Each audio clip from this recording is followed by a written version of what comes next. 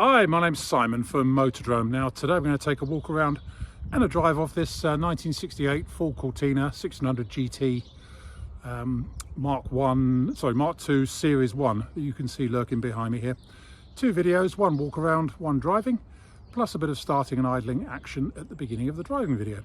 Okay, quick video of start up and idling on this Cortina 1600 GT.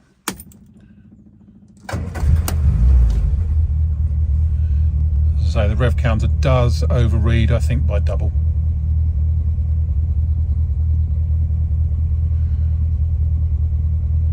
Burbles nicely, has got a hot cam in it, we think.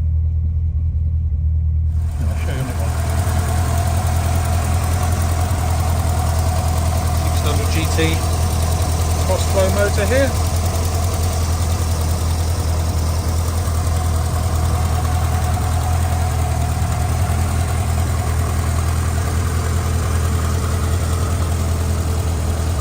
Doing what it should.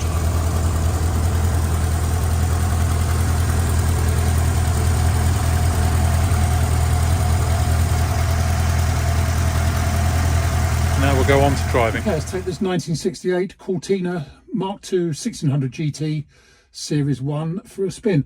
Now this is a South African car that's just undergone an awful lot of work in our workshop. Very expensive in terms of recommissioning. However, the one thing we can't do on it is get the fuel gauge working, because the fuel sender unit is on back order.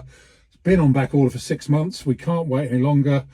The owners club, who are a very good source of spares incidentally, have said no idea when it's going to arrive. So yeah, so at the moment we don't have a fuel gauge. Well, we have a gauge, but it's not working. Anyway, as far as the car goes, it's just about to turn over. Well, it's done 89,400 miles at the minute, so we'll say 89,900 to be on the safe side. Whether that mileage is right or wrong, who can say? Quite likely to be correct, in fairness. But as I say, it is an ex-South African car that came to the UK in 2021. Anyway, and as with a lot of them, when it did, it needed a whole load of work, which it's just finished. Ignition light comes on as it should. Starts nicely. Now this has got, we think it's got a hot cam in it, because the engine it does feel quite cammy, and idling is it does feel a little bit lumpy at idle, but we've been through it from top to bottom, carburetor, distributor, everything is exactly as it should be. But as I say, we think it has got a slightly hot cam in it, and it certainly drives well. Picks up its skirts and goes nicely. Rev counter does overread, probably by around double. It's showing 2,000 RPM at the minute, and it's only idling at just under 1,000. So anyway, enough of the bad stuff. Put the fan on the screen as well.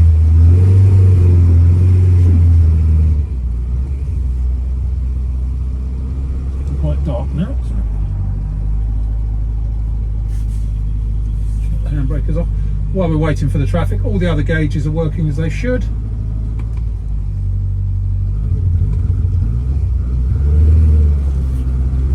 And off we go.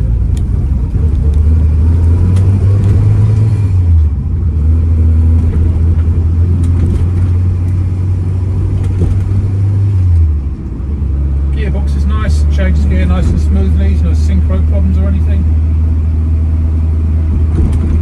No overheating, the temperature gauge is sitting where it should.